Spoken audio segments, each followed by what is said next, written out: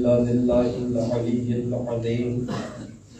أعوذ بالله السميع العليم من الشيطان اللعين اللئيم الرجيم. بسم الله الرحمن الرحيم. الحمد لله رب العالمين بارئ الخلائق أجمعين فاطر السماوات والأرضين الذي لم يتخذ صاحبة ولا ولدا ولم يكن له شريك في الملك والصلاة والسلام والتحية والإكرام على النبي المكي المدني الهاشمي المطلبي الأفتحي القرشي الطهامي سيدنا ونبينا وشفيع ذنوبنا وطبيب نفوسنا أبي القاسم محمد.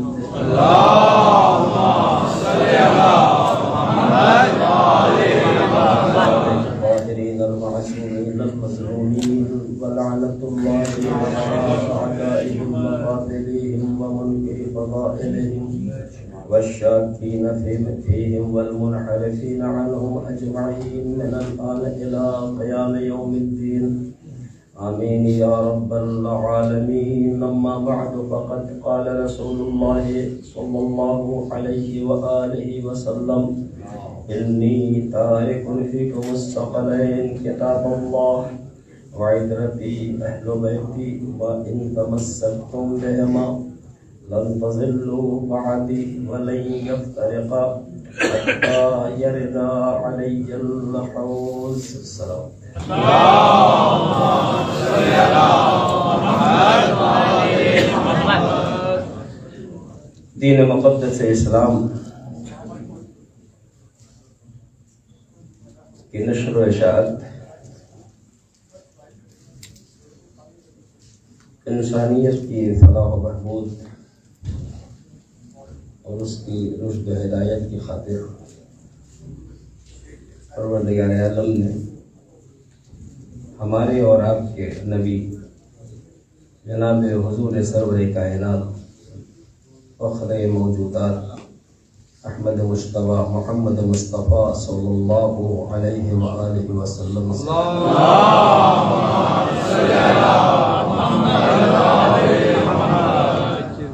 آپ کی ذات سے پہلے 1,24,000 انبیاء اور مرسلین کو اس کائنات میں بھیجا. ان تمام انبیاء اور ان تمام مرسلین کی ذمہ داری تھی کہ وہ بھٹکتی ہوئی انسانیت کو صحیح راستے کی طرف لے جائے، کل فکروں کو فکر صحیح کی طرف رہنمائی کرے، اور جو لوگ ضلالت کی راہوں میں بھٹک رہے ہیں انہیں ہدایت کے راستے کی طرف لے جائے. اپنے اپنے دور میں ہر آنے والے نبی نے اپنی اپنی ذمہ داری کو ادا کیا، اور جب تمام انبیاء کا سلسلہ ختم ہو گیا تو سب سے آخر میں نبیوں کے تاجدار طٰہٰ لقب پیغمبر نبی کریم صلی اللہ علیہ وآلہ وسلم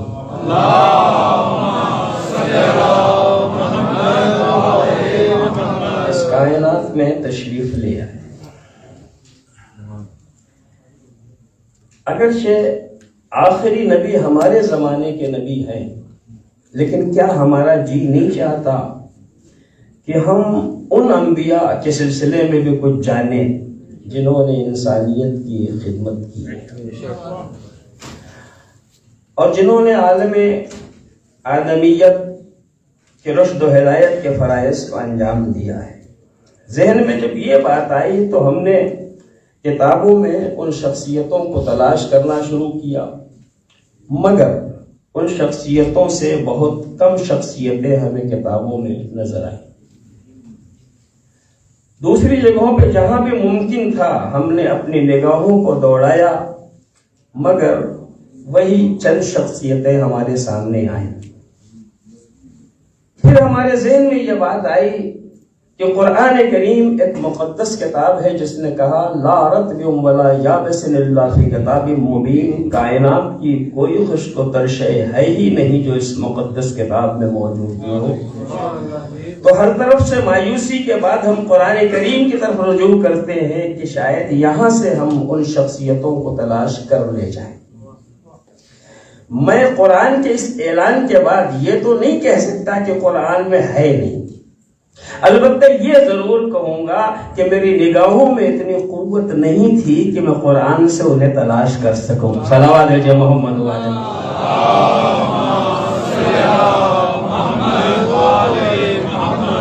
اگر عقیدے کے اعتبار سے معاملے کی طرف رجوع کریں تو 1,24,000 نبی ہماری ہدایت کے لیے آئے ہیں، لیکن اگر تلاش و جستجو کے اعتبار سے دیکھا جائے تو قرآن کریم جیسی مقدس کتاب میں بھی جن انبیاء کا تذکرہ ہوا ہے 1,24,000 میں سے 1,00,000 نہیں، 50,000 بھی نہیں، 25,000 بھی نہیں، 5,000 بھی نہیں، 1,000 بھی نہیں، 500 بھی نہیں، 100 بھی نہیں، 50 بھی نہیں۔ قرآن میں جن انبیاء کا ذکر ہوا ہے ان کی تعداد کل 26 ہے۔ قرآن کریم میں جن انبیاء کا تذکرہ کیا گیا ہے ان کی تعداد صرف اور صرف 26 تک پہنچتی ہے عزیزان گرامی۔ وہ بھی میں نے دیکھا کبھی کسی کا نام لیا گیا، کبھی کسی کا لقب استعمال کیا گیا، کبھی کسی کی زندگی کا کوئی گوشہ سامنے آیا تو کبھی کسی کی حیات کا کوئی گوشہ سامنے آیا، کسی کی راتوں کا ذکر ہے تو دن کا تذکرہ نہیں ہے، کسی کے دن کی باتیں ہیں تو رات کا ذکر نہیں ہے، کسی کی جنگ کی گفتگو ہے تو سلوک کی بات نہیں ہے، کسی کے سلوک کی باتیں ہیں تو جنگ کا منظر نہیں ہے، کسی کے صبر کی باتیں ہیں تو حضر کا مسئلہ سامنے نہیں ہے، کسی کے حضر کی باتیں ہیں تو صبر کے گفتگو سامنے نہیں ہے، کسی کا آغاز قرآن نے پیش کیا ہے تو انجام سامنے نہیں ہے، کسی کا انجام پیش کیا ہے تو آغاز سامنے نہیں ہے۔ یعنی مجھے ایسا لگا اس تگودو میں کہ میں جان سکوں گزرے انبیاء کے حالات، اس میں میں اس نتیجے تک پہنچا کہ قرآن جیسی مقدس کتاب میں بھی اللہ انبیاء ما سبق میں سے کسی کا نام بلا ضرورت لانا نہیں چاہ رہا ہے۔ جو انبیاء اس نے بھیجے ان انبیاء میں سے بھی کسی کا نام بلا ضرورت لانا نہیں چاہ رہا ہے، مگر وہی میرے سامنے یہ ثابت ہوا کہ اپنے آخری نبی کی زندگی کا کوئی گوشہ قرآن سے خارج بھی نہیں کرنا چاہ رہا۔ بلا ضرورت گزرے انبیاء کے اسما کو یا ان کی زندگی کو لانا نہیں چاہ رہا ہے، اور اپنے نبی کی زندگی کا کوئی بھی گوشہ قرآن سے، یعنی آخری نبی کی زندگی کا کوئی بھی گوشہ قرآن سے خارج نہیں کرنا چاہ رہا ہے۔ یہی وجہ ہے کہ نبی اٹھتے ہیں تو قرآن میں ہے، نبی بیٹھتے ہیں تو قرآن میں ہے، نبی بولتے ہیں تو قرآن میں ہے، نبی خاموش ہوتے ہیں تو قرآن میں ہے، نبی کی جنگیں قرآن میں ہے، نبی کی صلح قرآن میں ہے، نبی کا آغاز قرآن میں ہے، نبی کا انجام قرآن میں ہے، نبی کی زندگی کا ہر لمحہ ہمیں قرآن کریم میں اس قدر دکھائی دے گا کہ قرآن نہیں گویا سیرت رسول کی کتاب کھلی ہوئی ہے۔ صلوات علی محمد وعلی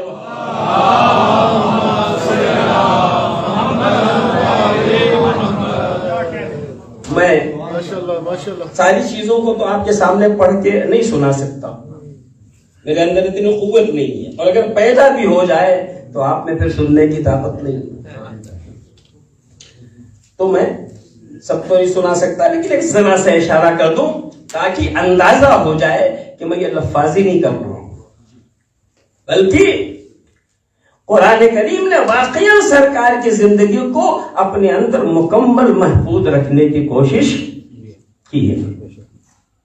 بعثت پیغمبر کا وقت آتا ہے، مرحلہ آتا ہے، ارشاد ہوتا ہے وَالَّذِي بَعَثَ فِي الْأُمِّيِّينَ رَسُولًا مِّنْهُمْ يَتْلُو عَلَيْهِمْ آيَاتِهِ وَيُزَكِّيهِمْ وَيُعَلِّمُهُمُ الْكِتَابَ وَالْحِكْمَةَ وَإِن كَانُوا مِن قَبْلُ لَفِي ضَلَالٍ مُبِينٍ، وہی وہ ہے جس نے ام القریٰ کے رہنے والوں میں انہی میں کا ایک نبی بنا کے بھیجا۔ اس نبی کا کام کیا ہے؟ آیات الہیہ کی تلاوت کرنا، تزکیہ نفوس کرنا، کتاب اور حکمت کی تعلیم دینا، درا حاجے کہ اس سے پہلے وہ کھلی ہوئی گمراہی میں مبتلا ہے۔ میں کا پروردگار پیغمبر کا کردار کیا ہے؟ ارشاد ہوتا ہے۔ نبی کا اخلاق کیا ہے؟ ارشاد ہوتا ہے قرآن کریم کا اِنَّكَ لَعَلَىٰ خُلُقٍ عَظِيمٍ، پیغمبر تم اخلاقیات کی عظیم منزلوں پہ فائز ہو۔ اور جب میں نے پوچھا سیرت پیغمبر کیا ہے، ارشاد ہوا وَلَقَدْ كَانَ لَكُمْ فِي رَسُولِ اللَّهِ أُسْوَةٌ حَسَنَةٌ، بتحقیق کہ تمہارے لیے اللہ کے رسول کی ذات میں عمل کے سلسلے میں بہترین نمونہ پایا جاتا ہے۔ عزیزان گرامی، یہ پیغمبر کردار کا پیغمبر تھا، یہ پیغمبر سیرتوں کی اہمیتوں کا اجاگر کرنے والا پیغمبر تھا۔ اس لیے پیغمبر اعظم وہ تھے کہ جنہوں نے اپنی قربت کے لیے، اللہ کی قربت کے لیے کیا اعلان کیا؟ تمہاری نگاہ میں کوئی بھی بلند ہو سکتا ہے، دولت ہو تو وہ معیار بلندی، ثروت ہو تو وہ معیار بلندی، حکومت ہو تو وہ معیار بلندی، اقتدار ہو تو وہ معیار بلندی، لاؤ لشکر ہو تو وہ معیار بلندی۔ مگر پیغمبر نے بتایا میں جس دین کو لایا ہوں یہاں دولت بلندی کا معیار نہیں، یہاں ثروت بلندی کا معیار نہیں، یہاں حکومت و اقتدار بلندی کا معیار نہیں ہے، بلکہ ان اکرمکم عند اللہ اتقاکم، تم میں اللہ کے نزدیک سب سے زیادہ بلند و برتر و مکرم و محترم و عظمت وہ انسان ہے جو تم میں سب سے زیادہ متقی اور پرہیزگار۔ عزیزان گرامی، یہی وجہ ہے کہ نبی نے جس کو بھی اپنے گلے سے لگایا یہ دیکھ کے کہ صاحب کردار ہے یا نہیں۔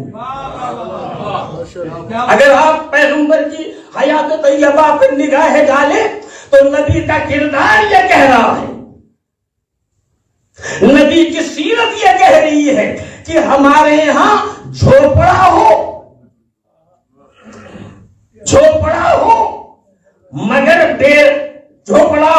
مگر کردار کی دیوار پہ کھڑا ہو، بوریا ہو مگر بیلیا ہو۔ نبی کریم کی زندگی نے یہ واضح کیا کہ اگر یہاں بد کردار ہوتا ہے تو تبت یدا کی ٹھوکریں کھاتا ہے، اور اگر صاحب کردار ہوتا ہے تو چاہے دوری ہی کا کیوں نہ ہو منا اہل البیت کا مصداق قرار پاتا ہے۔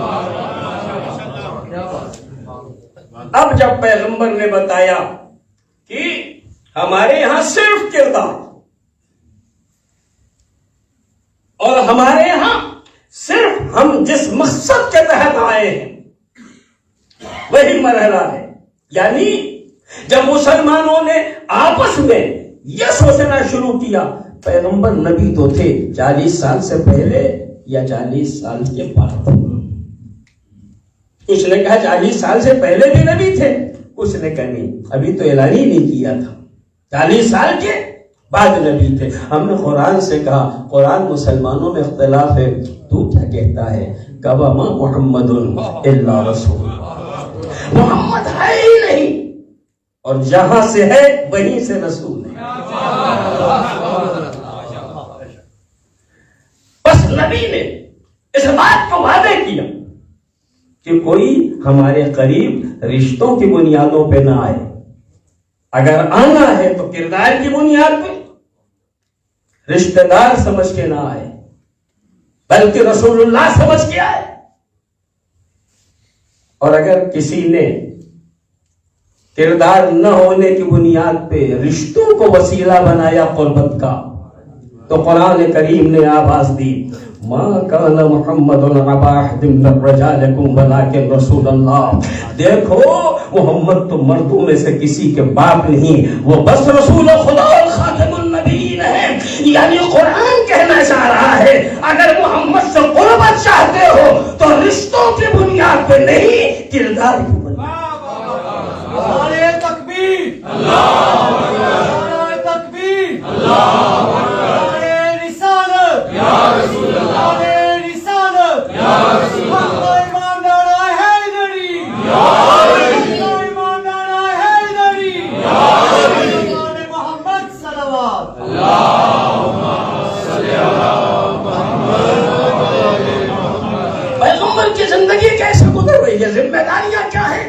قرآن آواز دیتا ہے اِنَّا أَرْسَلْنَاكَ شَاهِدًا وَمُبَشِّرًا وَنَذِيرًا وَدَاعِيًا إِلَى اللَّهِ بِإِذْنِهِ وَسِرَاجًا مُنِيرًا۔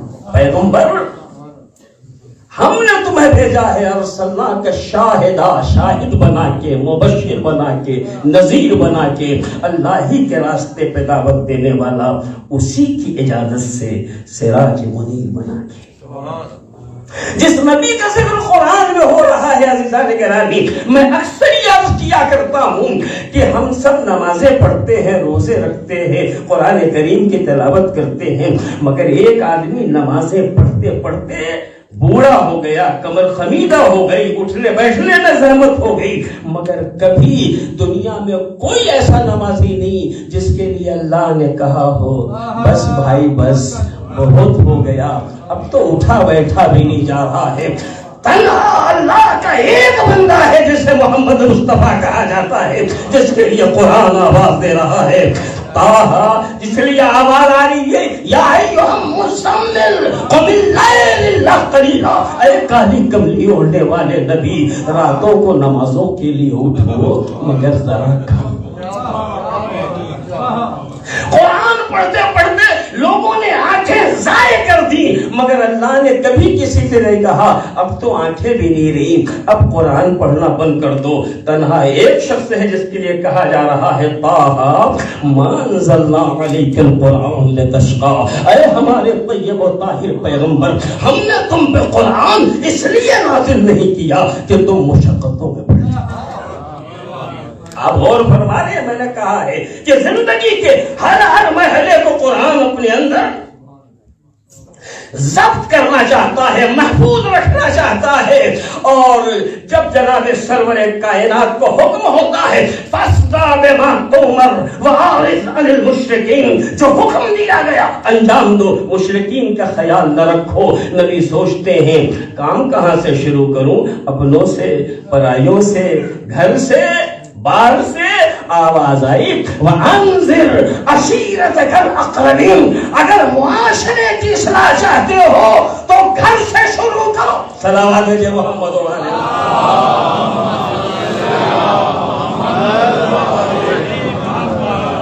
عزیزان گرامی، جب مسلمان پیغمبر کو قابل ذکر نہیں سمجھ رہا ہے، قرآن اس وقت بھی نبی کو قابل ذکر سمجھ رہا ہے۔ نبی کا بچپنا ہے، نبی ابھی یتیمے کے مرحلے سے گزر رہے ہیں، اور ایسے میں قرآن آواز دے رہا ہے أَلَمْ يَجِدْكَ يَتِيمًا فَآوَىٰ وَوَجَدَكَ ضَالًّا فَهَدَىٰ وَوَجَدَكَ عَائِلًا فَأَغْنَىٰ۔ میرے نبی، میں نے جب تمہیں یتیم دیکھا تو سہارا نہیں، جب میں نے تمہیں غیر شہرت یافتہ دیکھا تو شہرت نہیں تھی۔ اللہ پروردگار، تو ہمیں حکم یہ دیتا ہے کہ کسی پہ احسان کرو تو جتاؤ نہیں، مگر میری سمجھ میں نہیں آتا کہ تو اپنے نبی پہ احسان کر رہا ہے اور جتا کے ساری کائنات کو بتا رہا ہے، بتا رہا ہے کہ ہم نے ان کو یتیم دیکھا تو سہارا دیا، غیر شہرت یافتہ دیکھا تو شہرت دی، غیر دولت مند دیکھا تو دولت دی۔ پروردگار، بات سمجھ میں نہیں آ رہی ہے کہ ایسا کیوں ہے کہ تم نے اپنے نبی کو سہارا بھی دیا اور پھر اعلان بھی کر رہا ہے جبکہ ہم کو منع کیا جا رہا ہے۔ اور دوسری بات یہ ہے کہ پروردگار میرے کریم، تو نے سہارا کہاں لیا ہے؟ بھئی موت تو حیات کا اختیار کس کے پاس ہے؟ خدا کے پاس ہے. وہ چاہے تو کسی کو مار دے، وہ چاہے تو کسی کو زندہ کرے. ہے کہ نہیں؟ کسی کے پاس اس کے علاوہ یہ اختیار نہیں. وہ چاہے مارے، وہ چاہے زندہ کرے. تو پروردگار تجھے اختیار تھا کہ تو پدر بزرگوار پیغمبر کو موت کے مرحلے میں نہ لے جاتا، انہیں زندگی دیتا تاکہ تیرا نبی یتیم نہ ہوتا. یہ تیرے ہاتھ میں تھا. مگر تو نے جناب عبداللہ کو موت تک پہنچایا، نتیجے میں پیغمبر یتیم ہوئے. تو معبود تو نے تو سہارا لیا ہے، باپ کا سہارا تھا، وہ تو نے دیا اس لیے کہ یہ تیری اختیار میں تھا.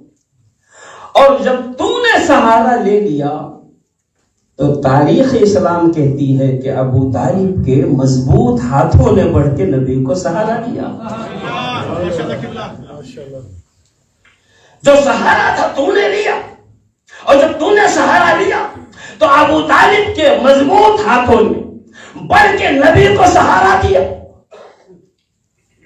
تو قدرت آواز دیتی ہے، میرا مقصد یہاں نہ احسان جتانا ہے نہ لوگوں کو بتانا ہے. پھر بھی میں اس کام کو اپنا کام بتا رہا ہوں کہ جب تم میری بات دیکھو گے تو سمجھ میں آئے گا کہ موت تو اسی کے ہاتھ میں تھی، اس نے سہارا لیا ہے. تو ذہن میں آئے گا سہارا کس نے لیا؟ جب اللہ نے باپ کو اٹھا لیا تو نبی کو کس نے سہارا دیا؟ اور جب تم وہاں تک پہنچ جاؤ گے تو احساس ہوگا کہ سہارا دینے والا کوئی اور ہے، اور اللہ اسے نسبت اپنی طرف دے رہا ہے تاکہ وہ کم سے کم اتنا سمجھ سکے کہ وہ کتنا عظیم انسان ہوگا کہ سہارا نبی کو وہ دے رہا ہے. خدا کہہ رہا ہے میں دے رہا ہوں. صلوات علی محمد و علی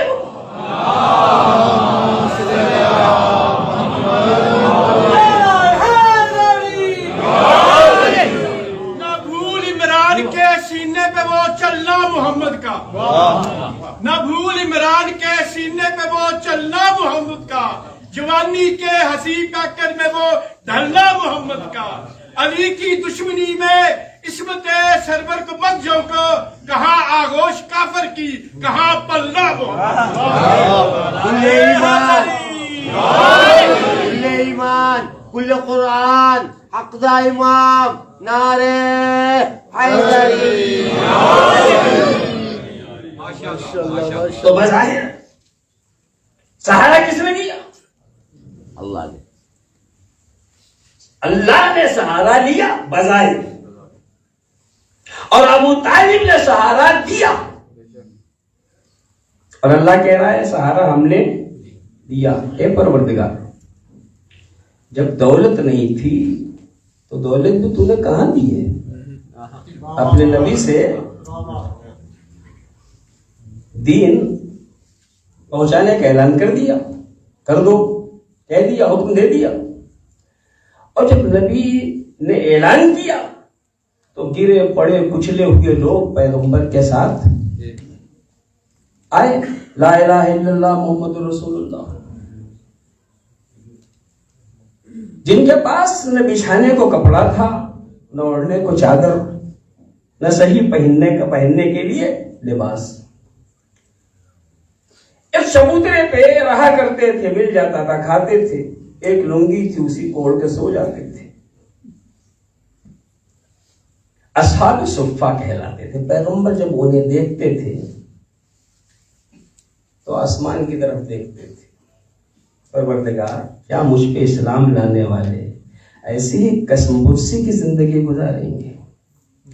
چہرے پہ نقاہت اور پریشانی کے آثار ہوتے تھے. ایک دن جب سرکار خدیجۃ الکبریٰ کے پاس پہنچے ہیں تو جناب خدیجہ فرماتی ہیں، میرے سید و سردار، میری خدمات میں کوئی کمی ہے جو آپ اس طریقے سے پریشان نظر آتے ہیں؟ نہیں خدیجہ. کا پھر کیا ہے؟ کہ جو لوگ مجھ پہ اس مذہب اسلام لائے ہیں، جنہوں نے اسلام قبول کیا ہے میرے ذریعے سے، وہ لوگ پریشان ہیں، دقت میں ہیں.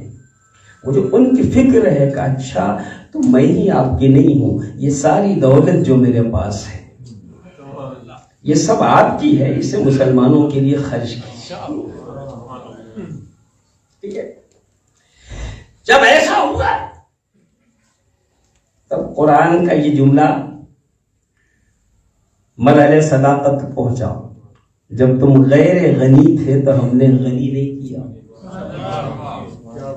تو خدا نے سہارا دیا، ابو طالب نے سہارا دیا، اللہ نے نبی بنا کے بھیجا، مگر دولت مندی کا ذریعہ کون بنا؟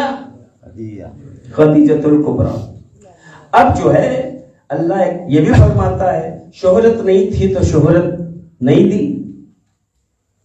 اے میرے معبود شہرت کہاں دی تو نے نبی بنا کے بھیجا.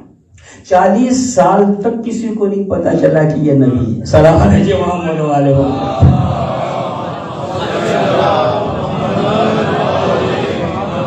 نبی کی ساری شہرت کاہے پہ ہے؟ ساری شہرت محمد رسول اللہ پہ ہے، محمد ابن عبداللہ پہ نہیں ہے. ساری شہرت پیغمبر کی کاہے پہ ہے؟ محمد رسول اللہ. اور 40 سال تک نبی رہے اور کسی کو پتا نہیں چلا. اب اللہ کہتا ہے تم دین پہنچاؤ. نبی نے امیر المومنین کے ذریعے اس کا انتظام کرایا، اور اب چاہ رہے ہیں کہ بتائیں کہ میں رسول اللہ ہوں. تو لوگ کھا کے بھاگ جا رہے ہیں، کوئی سننے کو تیار نہیں. دعوت الشراب کے سامنے ہے نا. جو ہی چاہتے ہیں پیغمبر میں بتاؤں کہ کس مقصد سے آیا ہوں، میں کون ہوں. لوگ کتنے جادوگر ہیں، اتنے سے کھانے میں سب کو کھلا دیا، سب بچا بھی رہ گیا، چلے لوگ یہاں سے. تو اب نبی چاہتے ہیں کہ میری شہرت ہو. خدا نے پروگرام بھی بنا لیا کہ شہرت ہو، مگر اس کے باوجود شہرت نہیں ہو پا رہی. جناب ابو طالب کو پتا چلا کہ لوگ کھاتے ہیں چلے جاتے ہیں. اچھا آج کی دعوت میں بھی آؤں گا. جب لوگ کھا کے جانے لگے تو جناب ابو طالب فرماتے ہیں قم یا سیدی، قم یا سیدی. آپ سب کو معلوم ہے کہ اس اشرے کی مجلس پڑھنے کے لیے خطیب کی حیثیت سے میں آیا ہوں. تو آپ جب بھی آئیں گے تو مجھے کو تلاش کریں گے، اور اگر کل بھی آئیں گے تو یہی سوچ کے آئیں گے کہ انہیں کو سننا ہے. ٹھیک ہے نا. اور اب جب سجاد بھائی مجھ سے پہلے والے سارے امور انجام دے لیں تو بجائے ان کے کہنے کہ میں کھڑا ہوں اے خطیب اکبر آئیے، تو آپ پریشان ہو جائیں گے نا. خطیب تو اصل میں یہ ہے، دوسرا خطیب کون آئے گا؟ ٹھیک ہے نا. پریشان ہو جائیں گے. اگر جا رہے ہوں گے تو رک جائیں گے، یہ دیکھے تو صحیح ہے کون سا خطیب ہے. اب جناب سرور کائنات نے کیا فرمایا، جناب ابو طالب نے کیا فرمایا؟ جب لوگ جانے لگے تو روکا نہیں، نبی سے خطاب کر کے کہا قم یا سیدی، اے میرے سید و سردار اٹھو اور اپنی بات کہو. جو مجمع بھاگ رہا تھا وہ پریشان ہوا، پلٹا. سردار اب تو یہ ہے، بیت البلد تو یہ ہے، یہ آج کسے سردار کہہ رہے ہیں؟ سلام علیہ محمد والے محمد.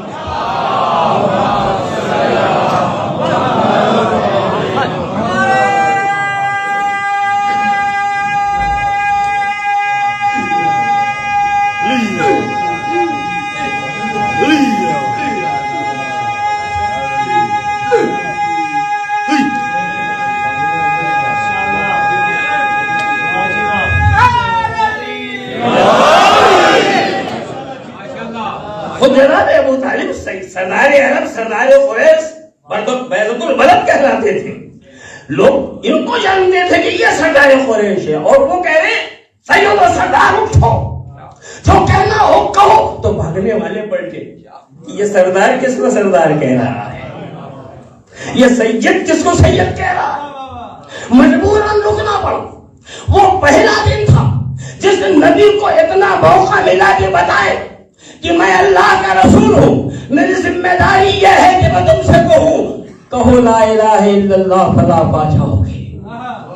یہ وہ جملہ تھا جو نبی کی شہرت کا ذریعہ بنا، تو وسیلہ کون بنا؟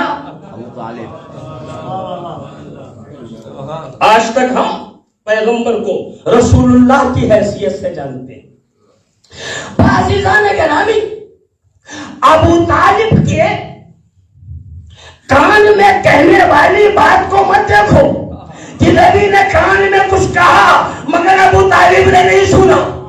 ابو طالب نے نہیں سنا تو تم نے کہاں سے سنا؟ صلوات علیہ محمد والے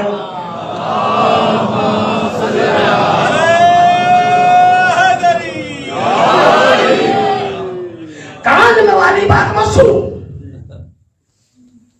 بلکہ کردار ابو طالب دیکھو، کردار ابو طالب دیکھو، کیا ہے کردار ابو طالب؟ عزیزان گرامی، 14 صدیاں گزر گئی، آج کا مسلمان جب یہ بتانا چاہتا ہے کہ میں رسول اللہ کا عاشق ہوں، میں ان کا غلام ہوں، میں ان کا امتی ہوں، تو کیا کہتا ہے؟ اے آقا، اے سید، اے سردار۔ توجہ ہے میرے عزیزان گرامی، 14 صدیوں سے مسلمان وہی جملے دوہرا کے بتا رہا ہے کہ ہمارے ایمان اور ابو طالب کے ایمان میں اتنا فرق ہے کہ جب نبی بتائے کہ میں نبی ہوں تب سردار کہنا ہمارا کام ہے، اور بغیر بتائے یہ جان لینا کہ یہ نبی ہے، یہ ابو طالب کی وصیت ہے۔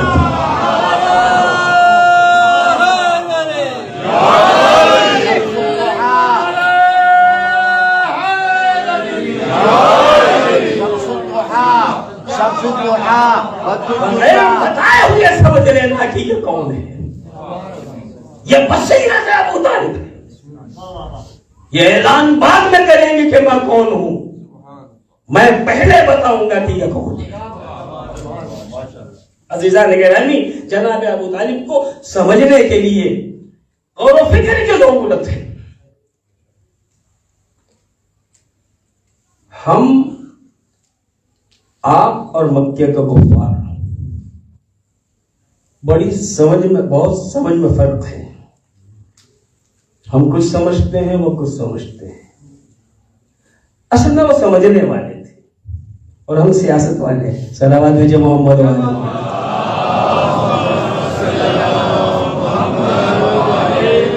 جڑا پاک عمران دا منکر ہے، جڑا پاک عمران دا منکر ہے، او دی سمجھو عقل مسافر ہے۔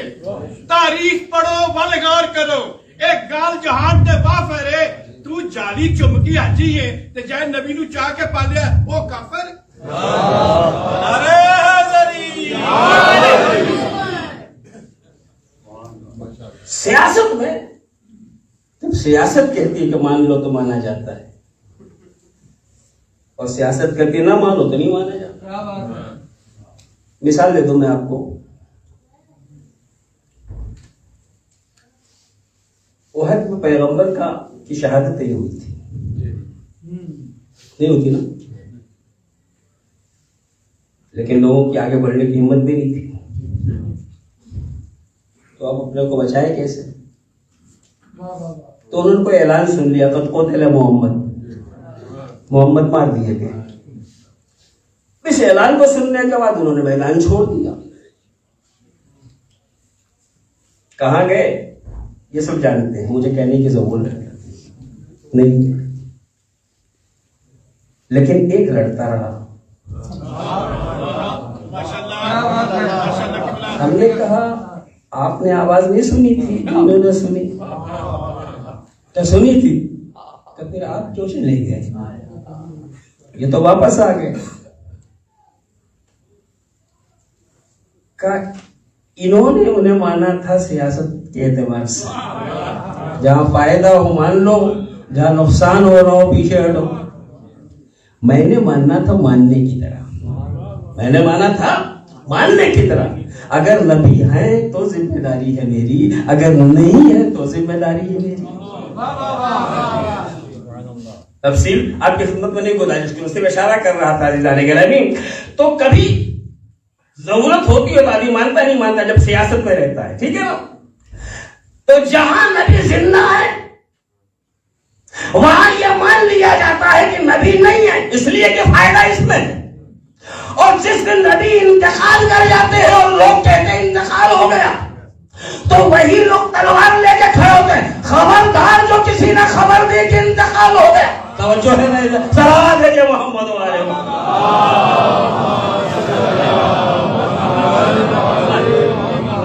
کیا بات ہے۔ تو سیاسی اعتبار سے ماننا اور ہوتا ہے،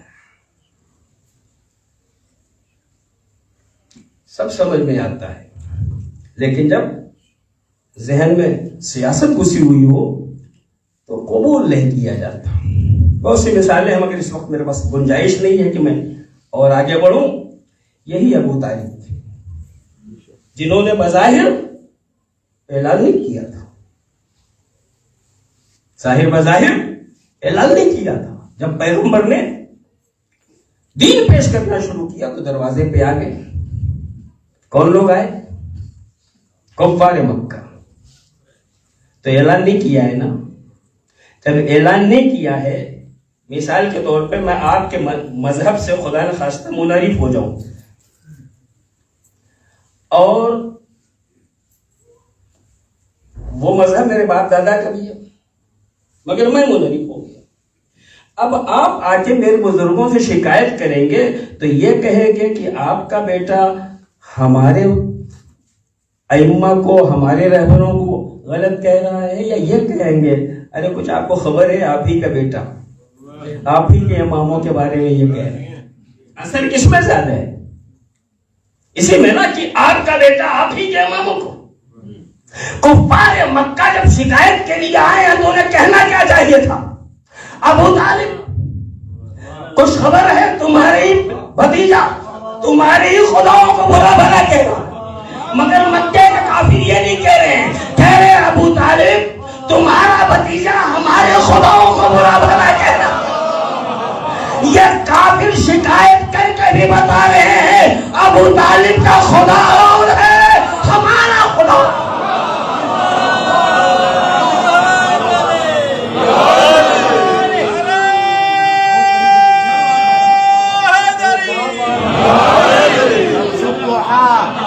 شمس الضحى بدر الدجى صدر العلا نور الهدى كاف الورى نار حیدری۔ ضرورت ان شخصیتوں کو پہچاننے کی، ضرورت ان شخصیتوں کے بارے میں جاننے کی جنہوں نے اسلام کے آغاز سے پہلے اور جب اسلام شروع ہوا ہے تب بھی جو خدمات انجام دی ہیں ناقابل فراموش ہے۔ اگر وہ طالب درمیان سے ہٹ جاتے تو نہیں معلوم آگے کے معاملات کیا ہوتے۔ ہر قدم پہ سہارا دینا، بھتیجے جو تمہیں کرنا ہو کرو، میں موجود ہوں۔ بچپن میں محسوس کیا خطرہ ہے، رات کو سوتے ہوئے اپنے بچوں کے بستر پہ، نبی کو نبی کے بستر پہ اندھیرا ہونے سے پہلے، اور جب تھوڑی تاریکی پڑ جائے تو بیٹوں کو نبی کے بستر پہ، نبی کو بیٹوں کے بستر پہ۔ اگر حملہ ہو تو بیٹا جائے یہ بچے۔ عزیزان گرامی، مذہب نے بعض احکام جاری کیے ہیں۔ مذہب کہتا ہے کہ ہماری اپنی تہذیب ہے، ہمیں اپنی تہذیب سے ہٹ کے کسی کی تہذیب کی اتباع اور پیروی نہیں کرنی چاہیے۔ بس اگر کوئی شخص کسی مذہب کی تہذیب کو اپنا لے تو وہ اسی میں کا ہے۔ ایک حدیث میں آیا ہے کہ حشر و نشر بھی انہی کے ساتھ ہوگا۔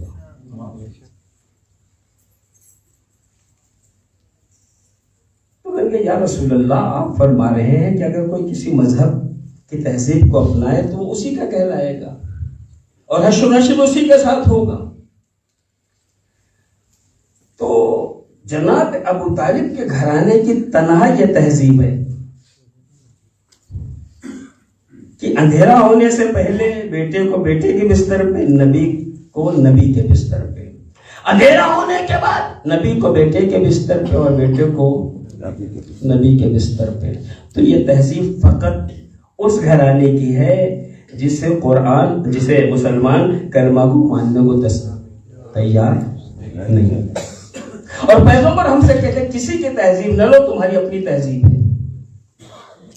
جناب ابو طالب جب تک یہ کام کرتے رہے خطرے کے پیش نظر، نبی پہ کوئی خطرہ نہیں آیا، اور جس دن خطرہ آیا اس دن بچانے کے لیے ابو طالب نہیں تھے. جب تک ابو طالب بچاتے رہے خطرہ نہیں آیا. جس رات خطرہ آیا بچانے کو ابو طالب نہیں تھے. نبی نے کہا کسی قوم و مذہب کی تہذیب نہ اپنانا ورنہ انہیں میں تو ہو جاؤ.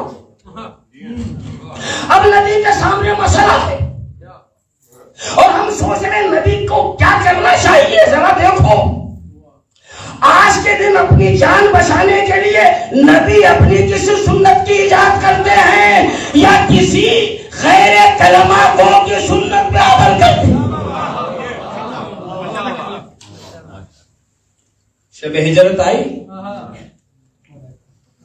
نبی نے علی کو بلایا، دشمن رات کو گھر گھیر لیں گے، میں ہجرت کرنے والا ہوں، میرے بستر پہ سو رہو گے.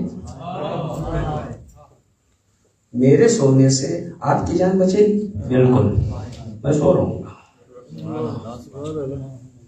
سوئے جناب امیر المومنین،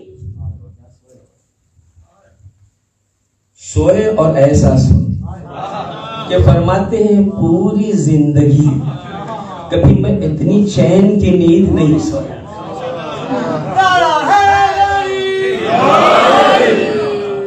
عزیزان گرامی، یا مجھے کہنا صرف اتنا ہے کہ جو پوری زندگی سرکار کی سنت پہ عمل کر کے فخر کرے کہ ہم سیرت پیغمبر پہ چلنے والے ہیں اسے مسلمان کہا جاتا ہے، اور جس کی سیرت پہ چل کے محمد اپنی جان بچائے اسے ابو طالب کہا جاتا.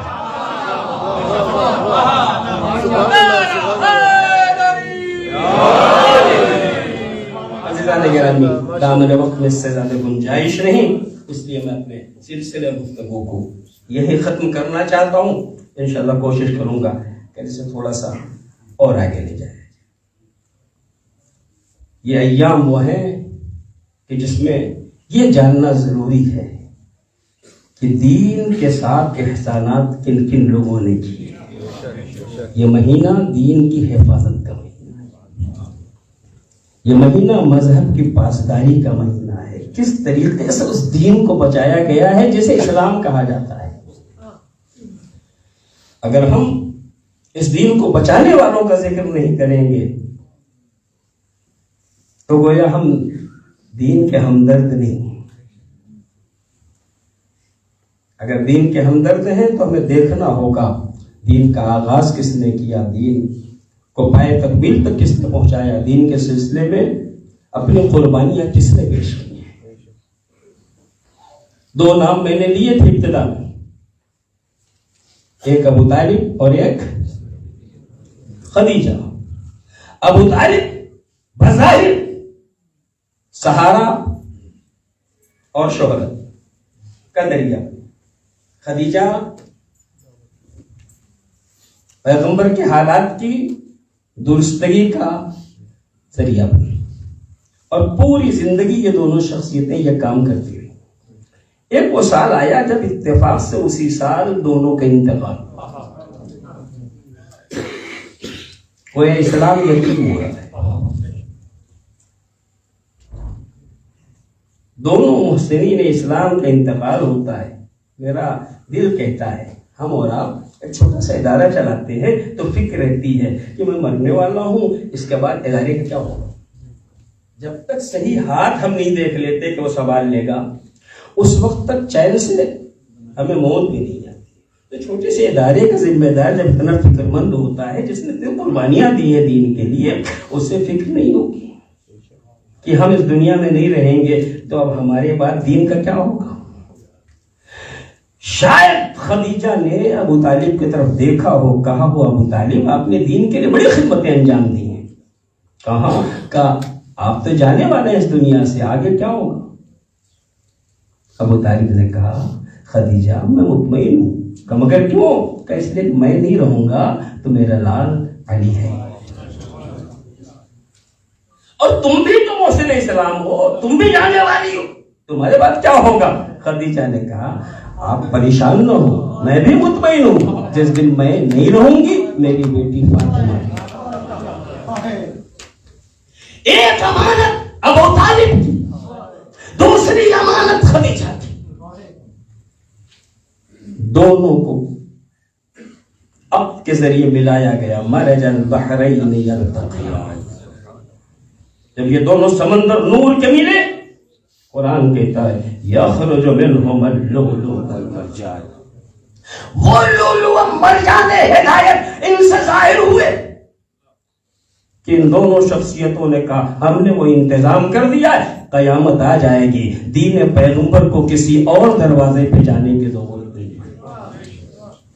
یہ وہ دن ہے کہ جب اسی گھرانے کی شخصیت اس دین کی حفاظت کے لیے اپنے وطن کو چھوڑ رہی ہے. یزید تخت حکومت میں آنے کے بعد دین محمدی کو پامال و برباد کرنا چاہ رہا تھا. دین در در کی ٹھوکریں کھا رہا تھا، اور بالآخر تیرے حسین ابن علی پہ پہنچا. حسین، مجھے پروان چڑھانے میں تمہارے نانا نے کتنی مشقتیں برداشت کی، مجھے بچانے میں تمہارے بابا نے کتنی زحمتیں جھیلی ہیں، میری حفاظت میں تمہارے بھیا نے زہر کا جام پیا ہے. آج پھر میرا جنازہ اٹھانے کی تیاریاں ہو رہی ہیں. حسین کیا تم میری مدد نہیں کرو گے؟ امام نے فرمایا گھبرا نہیں، میری ذمہ داری ہے تجھے بچانا. چل میں کربلا آ رہا ہوں، بتا تجھ میں کہاں سے کمزوری آ گئی. بازو کمزور ہو تو عباس کے بازو لاؤ، سینہ کمزور ہو تو علی اکبر کا سینہ لے کے آؤ، گلے میں کمزوری آئی ہو تو اثر کا گلا لے کے آؤ، جسم نازلی کمزور ہو قاسم کا جسم لے کے آؤ. اگر اس کے بعد بھی تجھے زندگی میسر نہ ہو، اپنی قربانی کے لیے آمادہ ہو کے آؤ. اے دین بتا تجھے کہاں سے خطرہ ہے؟ تیرے چہرے پہ تماچے آنے والے ہیں، سکینہ کے رخسار لے کے آ رہا ہوں، تیرا پردہ اٹھنے والا ہے، زینب کا پردہ لے کے آ رہا ہوں، مگر میری ذمہ داری ہے تجھے بچانا. حسین مدینے سے چلے دین کی حفاظت کی خاطر، مکے ہوتے ہوئے کربلا کی سرزمین پر پہنچ گئے. آنے والی تاریخ 2 محرم ہے. 2 محرم کو میرا امام سرزمین کربلا پہ وارد ہوتا ہے. جب آپ کا رہوار کربلا پہنچتا ہے تو وہ قدم روک لیتا ہے، آگے نہیں بڑھتا. 1000 کوشش کی امام نے مگر وہ آگے نہیں بڑھا. امام ٹھہرتے ہیں. پوچھا اس جگہ کا نام قادسیہ، نینوا، شت فرات کا کچھ اور کا کربلا. امام نے آواز دی بس اب یہی اتر جاؤ، یہی ہماری منزل ہے، یہی ہماری قبریں بنے گی، یہی ہمارا خون بنایا جائے. 93 اولیاء مقام جب اپنا پہلا قدم زمین کربلا پر رکھتی ہے، زرد خاک بلند ہو کے استقبال کرتی ہے، فرماتی ہے بھیا یہ کس زمین پہ آ گئے ہیں؟ یہ تو بڑی ملک جگہ دکھائی دی.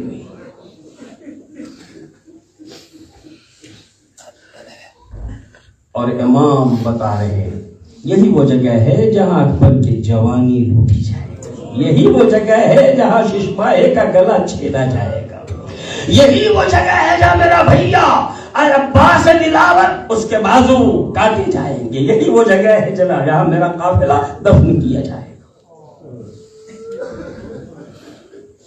عزاداران امام علی مقام امام علیہ الصلوۃ والسلام نے اترنے کے بعد زمین خریدی کربلا کی.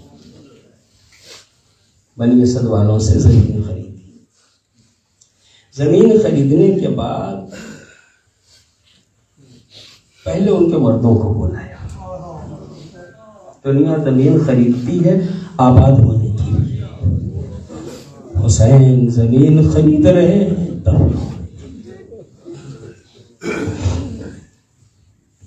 بنی اسد والوں کو بلایا.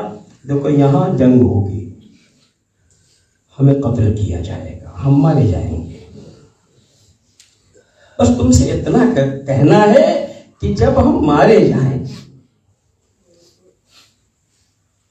تو تم لوگ آنا, ہمیں دفن کر دینا. ایک دوسری بات یہ کہ جب کوئی مہمان آئے 3 دن اس سے مہمان, کوئی زائر آئے 3 دن اس سے مہمان. اللہ حسین کی مظلوم مردوں سے کہا مگر یقین نہیں ہوا کہ یہ کریں گے. خواتین کو بلایا کہ بیو اگر تمہارے یہ مرد لشکر ظلم سے ڈر کے ہمیں دفن نہ کرے تو تم نکلنا, ہمیں دفن کر دینا. اللہ ایک مظلوم کی بے کسی تو ملاحظہ پر تم نکلنا, ہمیں دفن کر. پھر بھی یقین نہیں آیا, شاید یہ بھی نہ کرے. اللہ اکبر. اب امام نے چھوٹے چھوٹے بچوں کو بلایا. جب ہمارے قتل کے بعد تمہارے والدین لشکر سے ڈر رہے ہو اور ہمیں دفن نہ کر رہے ہو تو بچوں ہماری وصیت ہے تم کھیلتے ہوئے آنا, ایک ایک مٹھی خاک ہمارے لاشوں پہ ڈال دینا تاکہ ہمارا لاشا زیر آسمان. جزاک اللہ. خدا آپ کو کسی غم میں سوائے ہمیں لے بیٹھے تھا. عزیزو امام علی مقام اس طریقے سے والد کربلا ہوتے ہیں اور بالآخر وہ وقت آ جاتا ہے جب یہ پورا قافلہ شہید ہو جاتا ہے. اور وہ موقع بھی آ جاتا ہے جب دنیا نے دیکھا کہ شہداء کا لاشا 3 دن تک بے گور و کفن رہ کے گھر میں کربلا پہ پڑا ہے. میں 2-3 جملے آپ کی خدمت میں گزارش کروں, آپ کی زحمت تمام کر رہا ہوں عزیزان گرامی. جب کبھی ہمارے خطبہ بیان فرماتے ہیں تو ایک بڑی بات کہتے ہیں کہ جناب سید سجاد اکثر و بیشتر واقع کربلا کو یاد کر کے رویا کرتے تھے. اور جب کوئی ان سے پوچھتا تھا کہ سب سے زیادہ غم کہاں پڑے تو 3 بار میرے امام فرماتے تھے الشام الشام الشام. وقعت ذليلا في دمشق كأنني من الضنج عبد غاب عنه نصيره. مجھے بازار دمشق میں اس طرح گھسیٹا جا رہا تھا جیسے کوئی غلام ہو جس کا کوئی آقا موجود نہ ہو, حالانکہ میرے جد رسول اللہ اور میرے دادا امیر المومنین.